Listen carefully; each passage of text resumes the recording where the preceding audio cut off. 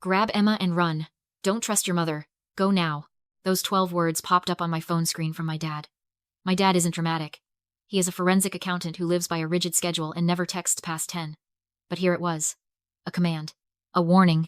I called him immediately, but it went straight to voicemail. His cheerful, professional greeting played in my ear. And that was when I knew. He wasn't playing. I looked at the timestamp. 2, 0, 3, and 15 seconds. I didn't freeze. I didn't ask questions. I just moved. My boots hit the floor with a soft thud. My hands were steady. Working as a nightclub manager at the Onyx for 4 years taught me one essential truth. Panic is a luxury you cannot afford when the room is on fire.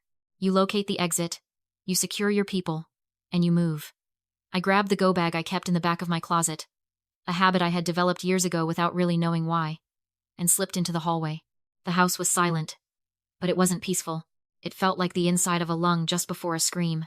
I moved toward my sister Emma's room, my socks sliding on the hardwood. My mother, Veronica, kept obsessively polished. People always told us we were the lucky ones. The sprawling lake house, the successful parents, the picture-perfect holiday cards. But as I crept past my parents' bedroom door, the truth hit me with the force of a physical blow. We weren't lucky. We were groomed. For years, I thought I was just sensitive. I thought walking on eggshells was normal. I thought checking the temperature of the room before speaking was just good manners. But it wasn't. It was survival training. Every time I learned to read the micro-shifts in my mother's expression. Every time I learned to make myself invisible to avoid her sudden, cold rages. I was preparing for this specific moment. We had normalized the cruelty. We had accepted the emotional violence as love. Dad's nervousness, Emma's silence, my own hypervigilance. It wasn't a family dynamic. It was a hostage situation we hadn't realized we were in. And tonight, the captor had decided to stop playing nice. I eased Emma's door open. She was asleep, a lump under a heavy quilt. I didn't shake her awake. I knew better. I knelt by the bed and pressed my hand firmly over her mouth. Leaning close to her ear, her eyes snapped open, wide with instant terror.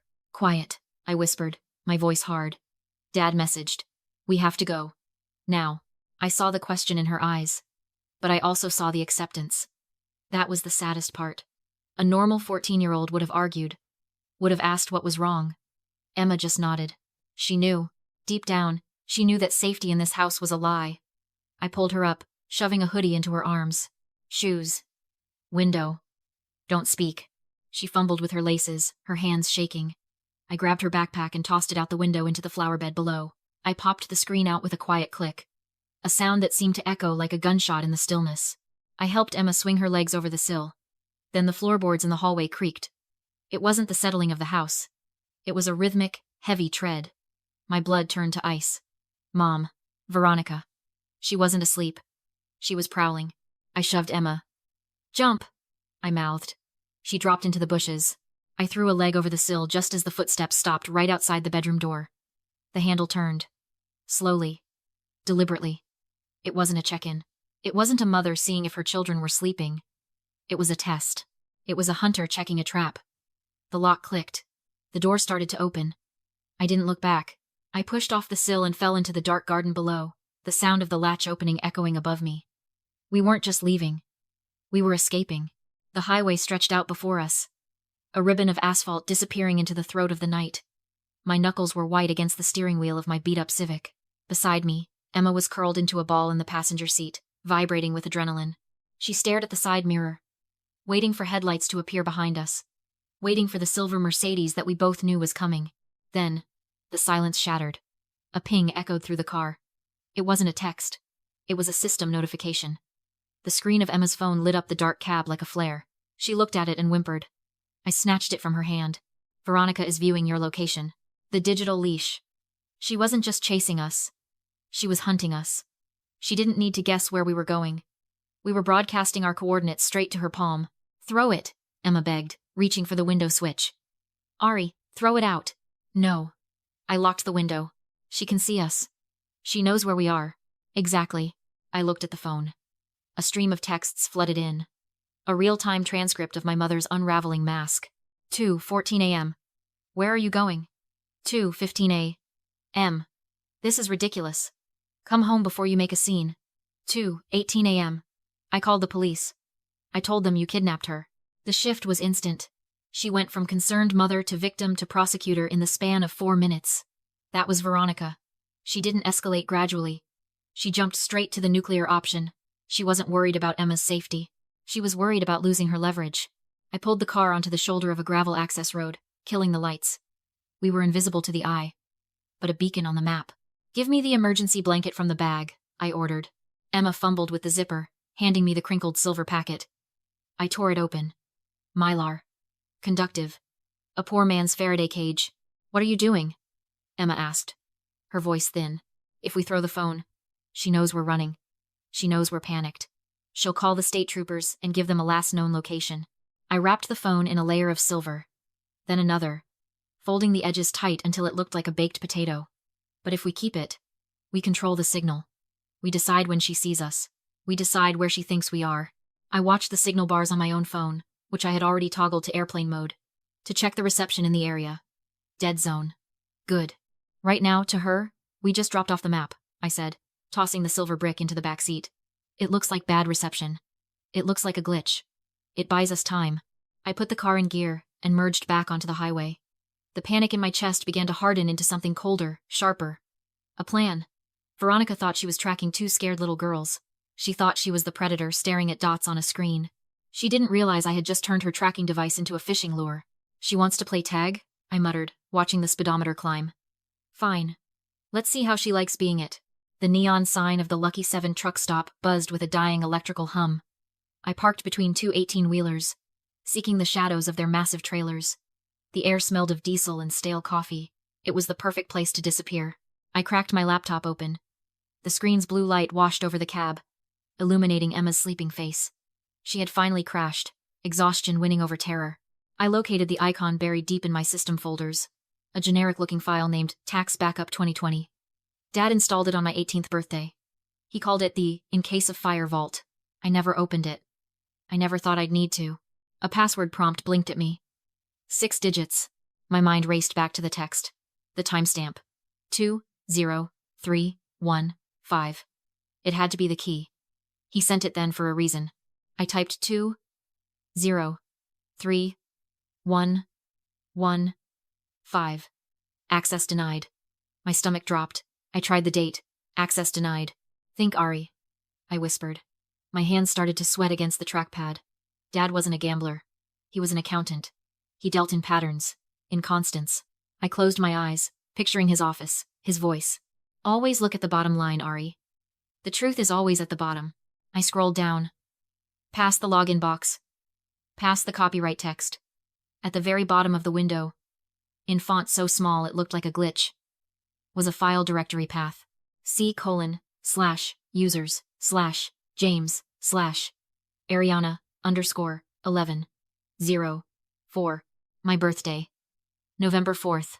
I typed 1104998.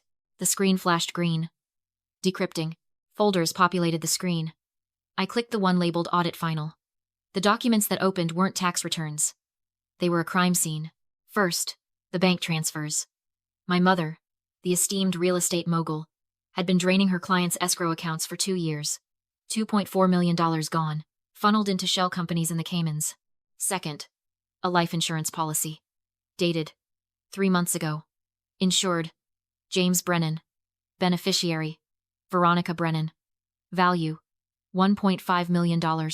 She wasn't just stealing, she was cashing out. Then I opened the last file. A Word document. It was a suicide note. "I can't live with the shame of what I've done. I stole the money. I gambled it away. I'm sorry, Veronica. I'm sorry, girls." It was signed with a digital copy of my father's signature. I sat back, the leather seat creaking. The cold reality washed over me.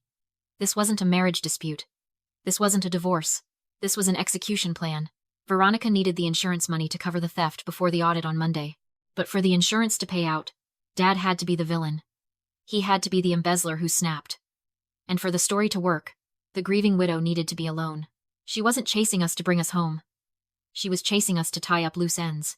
We weren't daughters anymore. We were liabilities. I slammed the brakes. The tires bit into the gravel shoulder, kicking up a cloud of dust that glowed red in the taillights. Running was a losing game. If you run from a shark, you are just prey. You trigger the chase instinct. The only way to survive a predator is to stop acting like food. I looked at the GPS. 5 miles to the turnoff. Ari? Emma whispered. Why are we stopping? We aren't stopping, I said, throwing the car into gear. We are changing the game. I drove straight to the Motel 6, off exit 42. It wasn't a hotel. It was a crime scene waiting to happen. Flickering lights, stained concrete, a parking lot that smelled like burning oil and desperation. It was the kind of place where people went to hide or to overdose. It was the last place Veronica Brennan, the queen of Lakeview real estate, would ever be caught dead. Which meant it was the perfect kill box. I paid cash for room 104. Ground floor. Corner unit.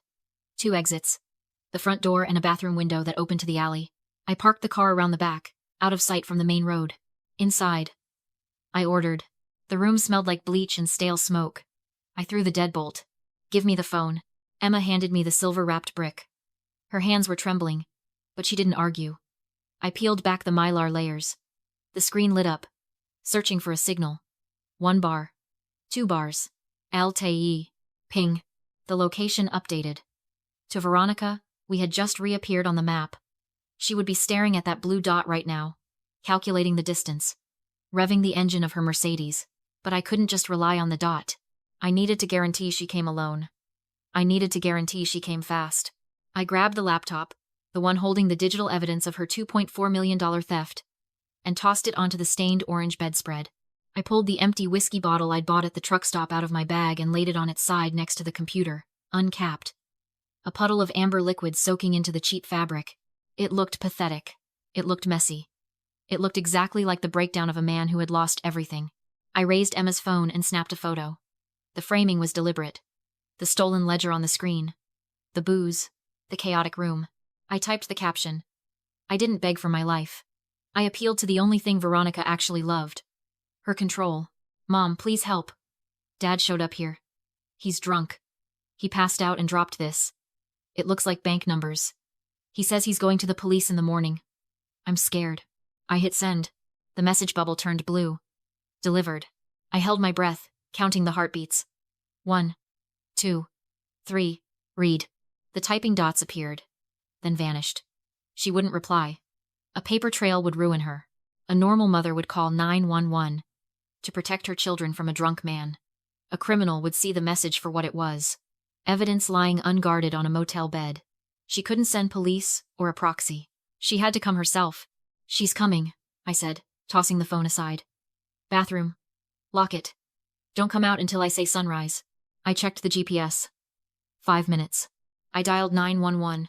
My mother is having a psychotic break, I said, forcing hysteria. She has a gun. She's threatening us. Motel 6, exit 42, room 104. I slid the phone under the nightstand and left the line open. A firearm call guaranteed a fast response. I just needed her to talk. Emma locked herself in. I hid a backup phone in the vent, recording to the cloud, then waited. Headlights hit the curtains. The door burst open. Veronica entered without knocking. Flawless and cold. Her eyes went straight to the laptop. She took it. No questions. He's confused, she said. Drunk. Her grip tightened on my arm. Get your sister. We're leaving. I said the police were coming. That broke her mask. They're not. She snapped. Get Emma. Now. I screamed about the gun. I screamed for help. She lunged, pounded on the bathroom door, snarling threats she didn't bother hiding anymore. Your father is already gone, she hissed. And I'll finish this. Sirens wailed.